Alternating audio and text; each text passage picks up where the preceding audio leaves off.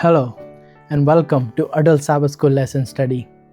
Have you ever looked across the church and thought if that person weren't here, church would be so much easier?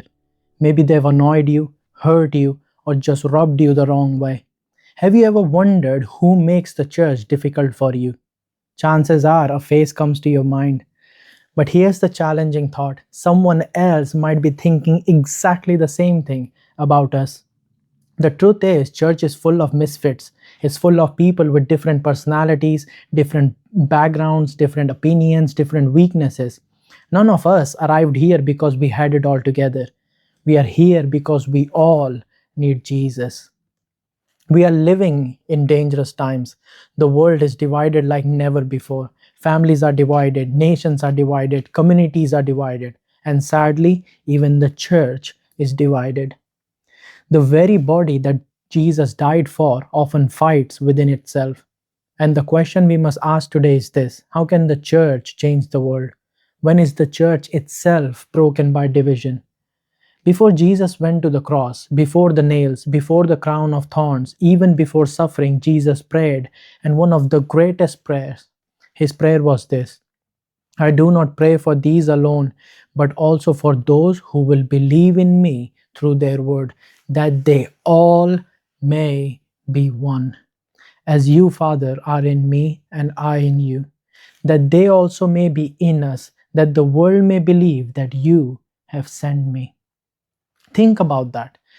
The Son of God, standing at the edge of crucifixion, prayed for unity, not popularity, not buildings, not fame, but unity.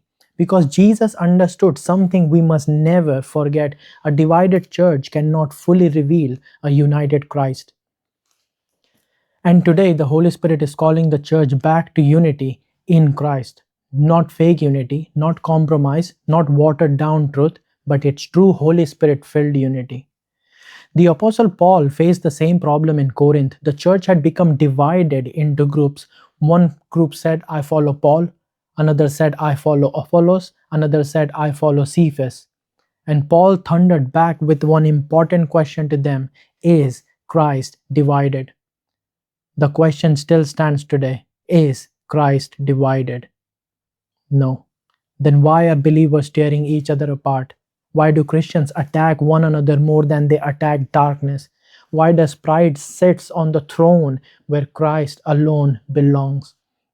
The answers to all these questions are in this lesson today. Let's pray.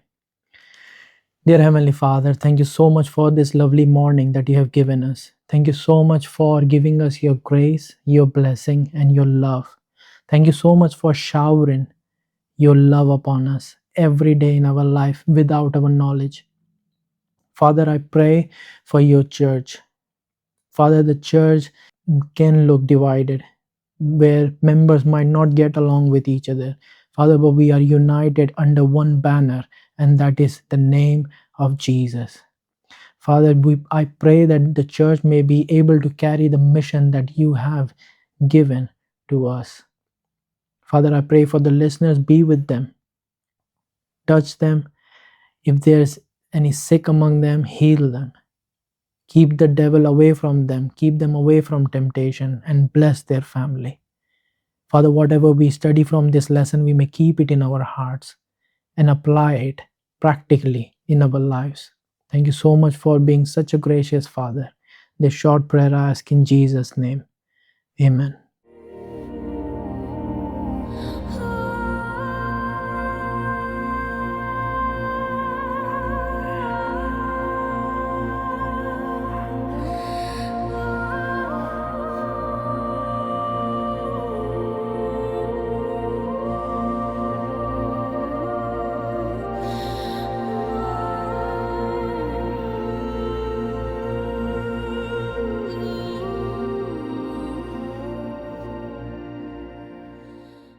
The believers in Corinth started treating spiritual leaders like celebrities. And honestly, nothing has changed today. People are divided over pastors. Who is the best one? Who gives the best sermon? Who doesn't offend your beliefs? Who does not call sin by its right name? Preachers who bend to your will. Preacher who is your friend. There's nothing wrong with having close friends or appreciating faithful leaders. The problem begins when those relationships exclude others or become more important than our own unity in Christ. People are divided over denominations. It's us and them. It's our doctrines over others. Yes, doctrines are important and we must never ever compromise on the gospel. But if our doctrines and our teachings are creating a wall between you and others, stopping you from reaching the people you should be reaching for gospel's sake, then they are not serving the gospel. We need to stop and ask ourselves if that is the right doctrine. People are divided over worship style and traditions. Some churches have people of different cultures and language worshiping in their own way. I think we should throw away the glasses of judgment and stop saying that it's all wrong. You could be the one who loves God but likes to sit quiet and mumble the hymns and songs to yourself. Or you could be the one who is joyful and excited about the Lord and wants to stand up and shout hallelujah. Let people praise God and sing praises to His name without passing any judgment. People are divided over ministries. I'm doing more for God. I'm working hard for God compared to other members in the church. This kind of egoistic thought will only take us away from the God's presence. People are divided over personal opinions. The truth should not change because you have different upbringing than the others. Let's bring out our perceptions, our ideas, our thoughts on the truth without changing anything in the Word of God. These are just some of the top shelf divisions that I have laid out for you, but it goes deeper than that in leadership, in finance, in teaching, in interpretation of the Word. Paul writes, I appeal to you, brothers and sisters, in the name of Lord Jesus Christ, that all of you agree with one another in what you say, and that there be no divisions among you, but that you be perfectly united in mind and thought. At first glance, someone might think Paul is saying that every Christian must think the same way about everything, but that isn't his message. Paul is talking about unity, not uniformity. And hear me carefully, the church was never built on personalities. The church was built on Jesus Christ. He has laid the foundation. Pastors will come and go, movements will rise and fall, platforms will fade, but Jesus will remain forever. And whenever Christ stops being the center, divisions enter the church because unity is impossible when ego becomes greater than Jesus. They have become filled with every kind of wickedness, evil, greed, and depravity. They are full of envy, murder, strife, deceit, and malice. They are but gossips. Every pastor you come across is a servant. Every elder is a servant. Every minister leader is a servant. None of them died for our sins. It's Jesus who did. People in the church of Corinth were threatening each other with lawsuits and taking the members to the court amid the strife and divisions they already had between them. And Paul gives them straight. If any of you have dispute with another, do you dare to take it before the ungodly for judgment instead before the Lord's people? Or do you not know that the Lord's people will judge the world? And if you are to judge the world, are you not competent to judge trivial cases? Do you not know that we will judge angels? How many more things in this life? The problem of lack of unity among church members was so terrifying, and Paul was so worried about it that this was the first issue he addressed in his letter to the Corinthians. Our loyalty belongs to Jesus above anyone else. When Christ is our focus, pride gives way to humility. Competition becomes cooperation. Difference become opportunities to serve together instead of reasons to separate. As members of Christ Church, each of us has a responsibility to protect unity. That means refusing to gossip, refusing to take sides unnecessarily, choosing forgiveness over resentment, welcoming those who may feel left out in the church, and remembering that every believer is equally valuable in God's family. This then is how you ought to regard us as servants of Christ and as those entrusted with mysteries God has revealed. Now it is required that those who have been given a trust must prove faithful. Paul reminds us that we are one body, many members, different gifts, different callings, but still one body. The hand is not the eye is not the ear, but every part in our body matters, and one part cannot say to another, I do not need you. We are here to understand this. Difference is not the enemy, division is the enemy. God never intended the church to look identical, but He did intend for the church to walk together in love. The enemy wants believers isolated, offended, angry, and divided because Satan understands something many Christians forget: unity releases power. The early church was not perfect, but they were united. They prayed together, worshiped together, and served together, and suddenly the Holy Spirit moved. Miracles happened, chains broke, souls were saved. Why? Because there is power in unity. How good and pleasant it is when God's people live together in unity. Then it goes on to say that the Lord commands the blessing. Did you hear that? God commands the blessing where unity exists. Unity attracts heaven, division grieves the Spirit of God. And one of the greatest enemies of unity is pride. Pride says, I'm always right, I deserve recognition, my ministry matters more, my opinion matters more. But the cross destroys pride.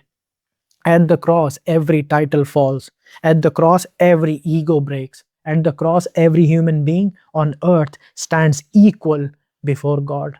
Rich and poor, educated or uneducated, pastors and members, all of us need mercy.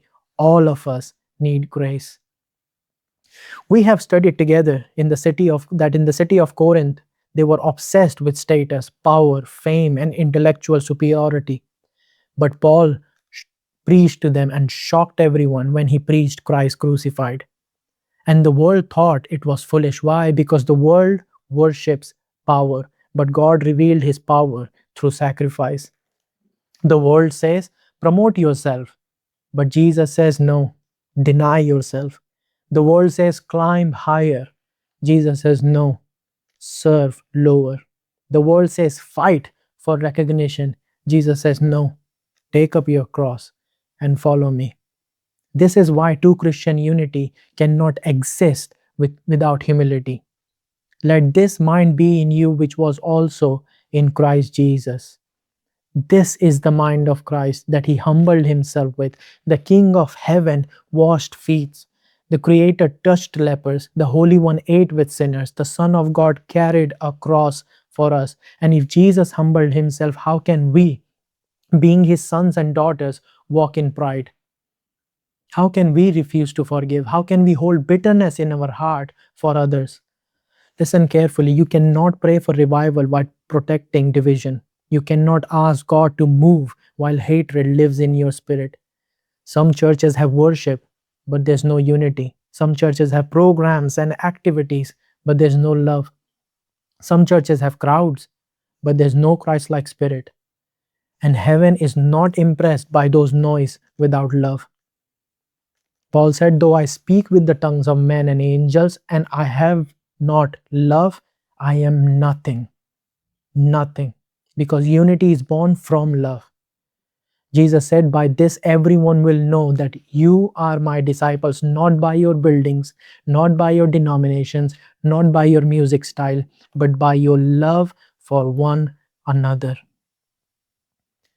Through Christ, God created a new family, a supernatural family. People from different religions, race, different languages, different cultures, different backgrounds.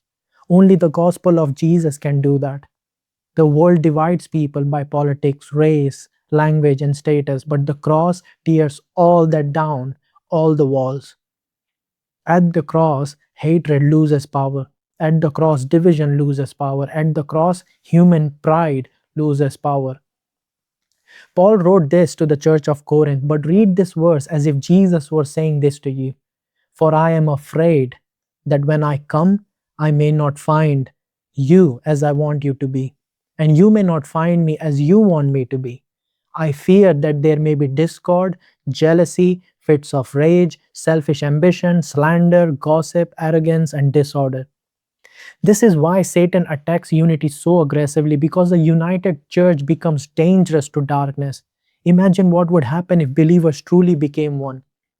Imagine churches praying together instead of competing. Imagine believers serving together instead of criticizing one another. Where there is talk of Jesus and His Word, there is no room for gossip.